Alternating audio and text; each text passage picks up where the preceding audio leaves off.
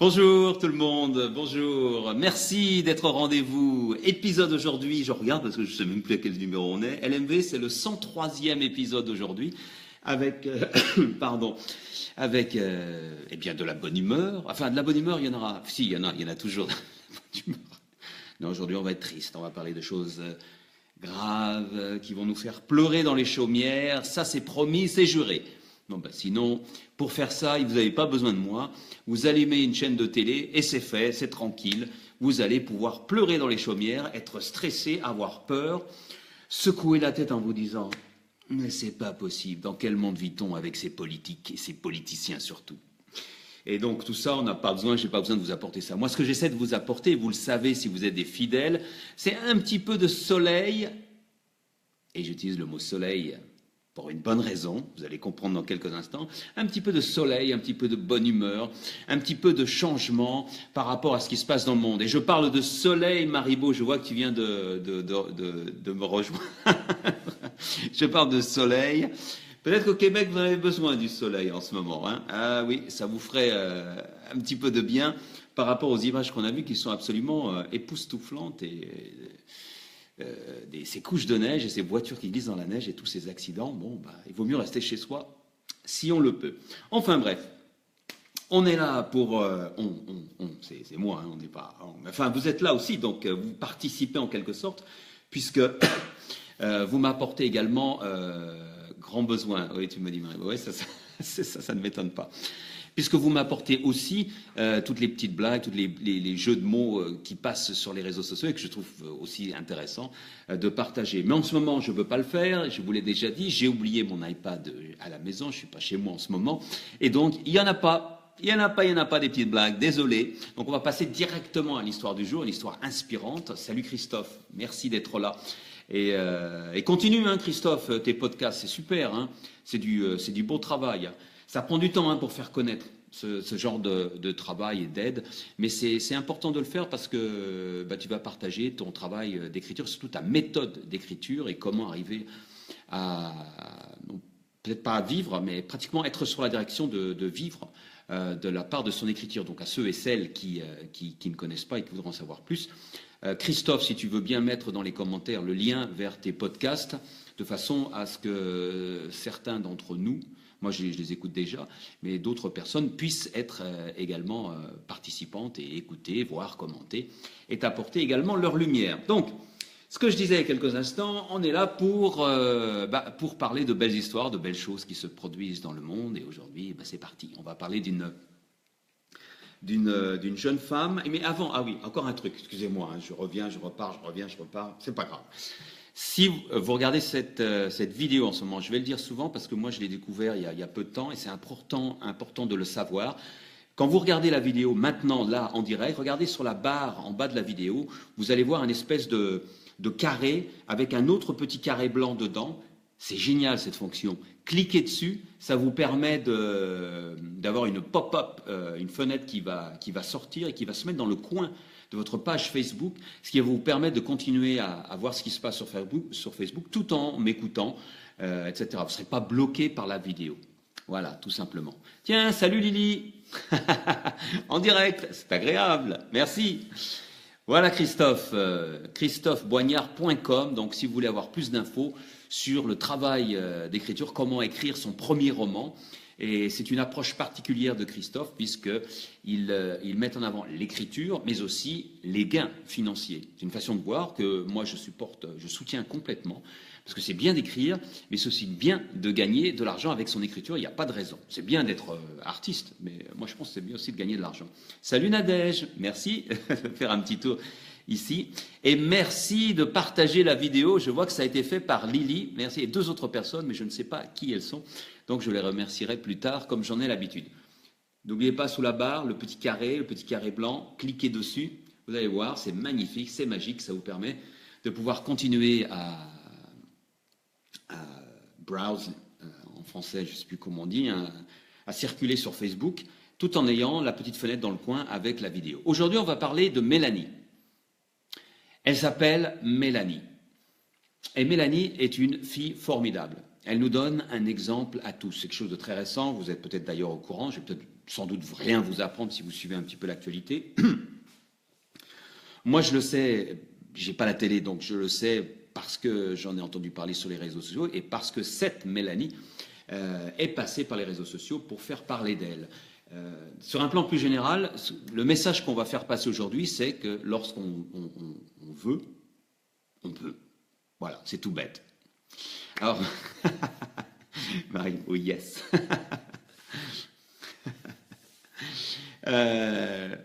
Salut Marie, l'autre Marie, pas la québécoise, la française. Salut Marie, merci d'être là. Donc le message qu'on va faire passer aujourd'hui, il n'y a pas de secret, c'est exactement ça. Lorsque l'on veut, on peut. Ça vous est sans doute déjà arrivé? Vous êtes surpris, vous vous êtes surprise, vous vouliez quelque chose et vous l'avez obtenu. Alors bien sûr, il y a des fois où vous avez voulu quelque chose et vous ne l'avez pas obtenu. Mais est-ce que ça veut dire que vous avez vraiment tout ce qu'il fallait? Vous avez fait tout ce qu'il fallait pour l'obtenir. Et d'ailleurs, si vous avez fait tout ce qu'il fallait pour l'obtenir et que vous ne l'avez pas obtenu, vous n'avez aucun regret dans ces cas-là. Vous avez remarqué, bon, j'ai fait tout ce que j'ai pu, j'ai pas réussi. Mais en général, lorsqu'on veut vraiment, on peut. Sauf limite, il y a parfois des limites particulières. Je veux aller sur la Lune, j'allais dire, et encore sur la Lune, ça va être possible encore une nouvelle fois. Salut Nadine, bonjour, merci de passer nous rendre visite. Donc on va parler de Mélanie. Mélanie est une jeune femme, comme les autres. Mélanie Ségard, 21 ans. Et comme tout le monde, comme tous les jeunes, elle a des rêves dans la vie, elle a des envies, elle a envie de faire des choses, elle est dynamique, elle a de l'énergie et elle veut atteindre ses buts. En ce moment, je parle beaucoup de buts. Je vous donne des exemples avec des buts parce que c'est quand même ça qui nous fait avancer dans la vie. Et donc, Mélanie a un but et son but, ça peut vous paraître bizarre, c'est de présenter la météo à la télé. Présenter un bulletin météo à la télé. Présenter un bulletin météo à la télé. Alors personnellement, c'est pas un but qui m'intéresse, mais c'est normal, c'est pas mon but, c'est le sien, et c'est quelque chose qu'elle veut faire. Mais là où ça devient intéressant, c'est qu'elle veut le faire pour une raison particulière. C'est pas juste pour présenter la météo, salut, le soleil ici, machin, les nuages là. Non. Il faut que je vous présente Mélanie quand même. Mélanie est une personne qui est atteinte de trisomie 21. La trisomie 21, c'est un défaut, un chromosome spécial sur le 21e chromosome des êtres humains.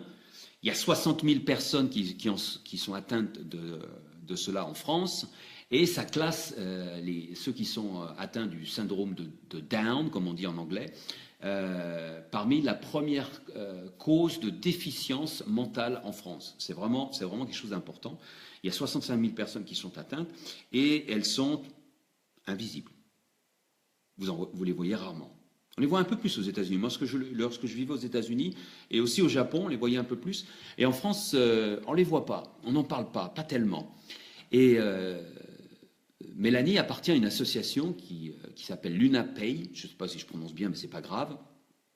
Et l'UNAPEI cherche par tous les moyens à faire connaître toutes ces personnes atteintes de trisomie 21. Pourquoi?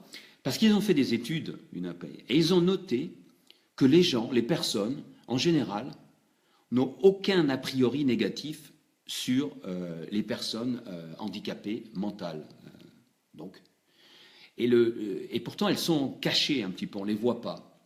Et l'UNAPEI cherche à les faire connaître par des opérations un petit peu, entre guillemets, spectaculaires, des opérations de promotion. Ils ont déjà fait de la pub, des choses comme ça. Et comme Mélanie est une ambassadrice de l'UNAPEI, ils ont eu cette idée, et parce elle avait vraiment envie de présenter la météo, de lancer cette opération de façon à ce qu'on connaisse un peu plus, qu'on soit un peu plus, je vais faire comme Jean-Claude Van Damme, aware, je sais pas le mot français, un peu plus, aidez-moi si vous avez le mot, qu'on connaisse un petit peu plus la trisomie 21, que ce soit pas quelque chose de caché qu'on met dans un coin, parce que ce sont des personnes qui ont une différence, certes, mais qui veulent et qui peuvent être autonomes et faire des choses comme nous, tout simplement. La preuve, c'était de faire présenter cette météo par Mélanie. Alors au départ, elle a lancé ça en février. Elle avait bien sûr aucune connexion avec les chaînes de télé françaises. Elle a lancé ça, elle a lancé une page Facebook, Elle a essayé de faire de la pub, du marketing, comme on dit, sur les réseaux sociaux, par Twitter, etc. Et évidemment, le message a été relayé. Alors, ce qu'elle a fait, c'était intelligent, elle a dit, il me faut 100 000 likes, 100 000 pouces bleus, 100 000 j'aime, pour que ça fasse du bruit. Et c'est vrai, plus on a de pouces bleus, plus on a de likes, plus on a de j'aime, et plus on a de chances de se faire remarquer. Alors, il n'a pas fallu longtemps pour avoir ces likes. Rapidement, elle en a obtenu 100 000. Et au bout de ces 100 000, évidemment, c'est venu à l'oreille des chaînes de télévision françaises. Et deux se sont, je tombe de la table moi, et deux se sont proposés d'aider Mélanie à réaliser ce rêve personnel de présenter la météo sur une chaîne de télé française. Il y avait BFM TV, télé, je sais plus télé, et France 2. Et les deux se sont proposés de l'aider. Et finalement, Mélanie et les personnes de l'UNAPEI derrière ont choisi France 2. Je travaillais à France Bleu, c'est pour ça. France 2, parce que la chaîne publique lui proposait également une petite formation. C'est-à-dire de ne pas venir juste présenter la météo, mais également de lui expliquer comment ça se passe, de répéter, etc. Parce qu'il faut savoir que Mélanie ne peut pas lire ni écrire. Elle ne peut pas lire ni écrire. Donc, il fallait quand même préparer tout ça. Elle a dit banco. Elle a choisi donc France 2. Maintenant, elle a plus de 200 000 likes. Et elle a rencontré les responsables de la météo, etc. Il y a des vidéos qui circulent sur le net, cherchez-la, de toute la préparation qu'il y a eu. Et ça, c'est intéressant de montrer ça. C'est pas juste de voir la présentation de la météo. Lorsqu'elle présente, elle fait ça très bien d'ailleurs. Mais ce qui était plus intéressant, moi j'ai trouvé, c'était de la voir préparer, de voir les gens autour d'elle qui l'aident à faire de la météo. Et on sent vraiment qu'il y avait une ambiance, je ne vais pas dire adorable, c'est pas un mot juste, elle est adorable, mais une ambiance très sérieuse, mais en même temps très impliquée.